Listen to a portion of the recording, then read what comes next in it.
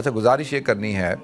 دیکھیں اللہ رب العزت نے جیسے میں نے عرض کیا تھا نا شروع کے اندر، کچھ لوگ ہوتے ہیں اللہ تعالیٰ نے ان کو خداداد صلاحیتیں دی ہوتی ہیں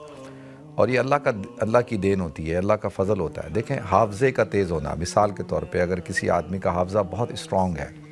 تو یہ اللہ کا فضل ہے نا، اللہ نے اس کو یہ دین عطا کی ہے تو، اور پھر اس حافظے کو وہ استعمال کرے خیر کے کام کے لیے، تو اس سے اچھی کیا بات ہوگی؟ اس سے اچھی تو کوئی بات ہو نہیں سکتی۔ تو گزارش یہ کرنی ہے کہ عالم اسلام میں اس پورے عرصے کے اندر کئی شخصیات ایسی تھیں جن سے اللہ تعالیٰ نے کام لیا۔ مثال کے طور پہ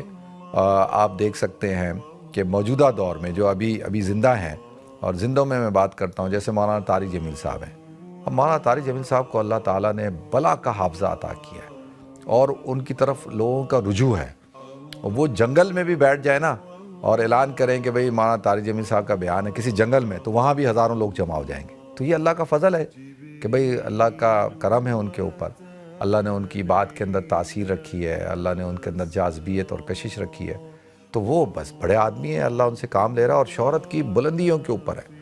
تو اب ان کا بھی دیکھیں نا، وہ اس لیول پہ ہیں کہ ان کو اپنا لیول سنبھالنا ہے نا، اپنے مقام کو سنبھالنا ہے، کہ اپنے آپ کو دیکھنا ہے کہ بھئی میں کہیں ایسا نہ ہو کہ مجھ سے کوئی ایسی حرکت ہو جائے، کوئی ایسی میں کوئی غلطی کر بیٹھوں گا جس کا نقصان ان کی ذات کو نہیں ہوگا، بلکہ اب ان سے جڑے ہوئے ہزاروں لاکھوں کروڑوں لوگوں کو ہوگا، پھر اسلام کو ہوگا۔ تو بہت سینسیٹیو معاملہ ہوتا ہے ایسے موقع کے اوپر۔ پھر اسی طریقے سے اس میں کوئی دو رائے نہیں کہ ڈاکٹر ذاکر نائک صاحب بہت بڑی شخصیت ہیں، اللہ نے ان سے بہت کام لیا اور وہ ایک دائی ہیں۔ دیکھیں دائی جو ہوتا ہے وہ اس کی کچھ صفات ہوتی ہیں، انشاءاللہ کسی دن پروگرام کریں گے، اس پہ بھی گفتگو کریں گے۔ تو اللہ تعالیٰ نے ان کو ایک مقام دیا، ایک رتبہ دیا، اور ان کا جو شعبہ ہے، ان کا جو میدان ہے وہ تقابل ادیان ہے، کمپیریٹیو ریلیجن۔ اب ان کو اپنے ایک شعبے کے اندر رہنا چاہیے تھا۔ دیکھیں میں احمد دیدات صاحب کو میں نے سنا،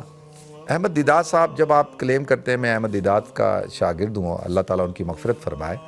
تو وہ کیا کرتے تھے، وہ صرف اور صرف اپنی فیلڈ کے اندر رہتے تھے، جو ان کی فیلڈ تھی اور جو ان کا شعبہ تھا، بس اس سے ادھر ادھر نہیں ہوتے تھے۔ وہ جب کوئی ان سے کوئی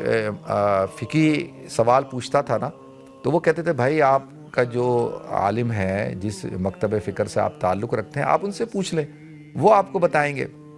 کبھی 3 طلاق اور 1 طلاق، رفع دین نہیں کرنا، آمین بالجاہر، یہ جو ہمارے مسلکی اور فروعی اختلافات جو ہیں، تو وہ اچھا اس کا نتیجہ یہ نکلا کہ وہ آپ دیکھیں کہ وہ ایک ایبسولوٹ لوگ ان سے محبت کرتے تھے، اور انہوں نے اپنے آپ کو اس جو دائرہ کار تھا اس سے نکال کے رکھا، وہ اپنے ایک دائرے میں رہے۔ انہوں نے کہا بھائی میں ابھی عالم نہیں ہوں، مفتی نہیں ہوں، شیخ نہیں ہوں،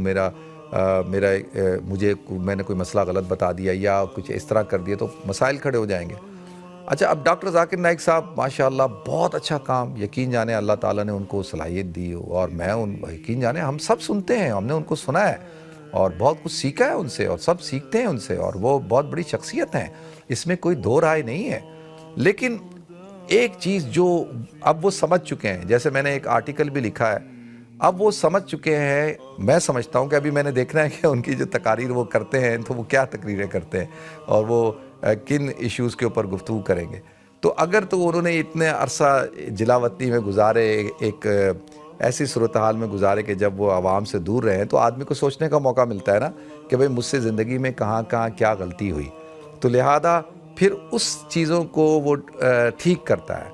تو اب میں یہ سمجھتا ہوں کہ ان کو بھی سوچنا ہوگا، اور ہم مسلمانوں کو بھی سوچنا ہوگا کہ ہم ہر اس شخص کو ایک متنازع بنا دیتے ہیں، اور ہم جو ہے وہ ایک شخص ہے جس کے اندر اللہ نے اتنی قابلیت رکھی ہے، اللہ جس سے کام لے رہا ہے،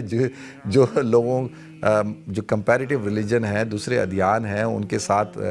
مکالمہ کرنا، ان کے ساتھ مجادلہ کرنا، یہ کوئی آسان بات تو نہیں ہے نا۔ تو یہ اللہ نے ان کو دیا ہے اور ان کا ایک اعزاز ہے، ان کا ایک اسٹیٹس ہے۔ تو باقی جو فروعی چیزیں ہیں ان کو میں سمجھتا ہوں ان کو ڈسکس بھی نہیں کرنا چاہیے، اور اس سے ان کو اپنے آپ کو دور رکھنا چاہیے۔ تو انشاءاللہ پھر اللہ تعالیٰ جو ہے اور ان سے کام لے گا۔ ابھی بھی ماشاءاللہ ان کی عمر اتنی زیادہ نہیں ہے، تو اللہ ان سے اور کام لے، اور میں یہ سمجھتا ہوں کہ ان کو متنازع بنانے کی ضرورت نہیں ہے۔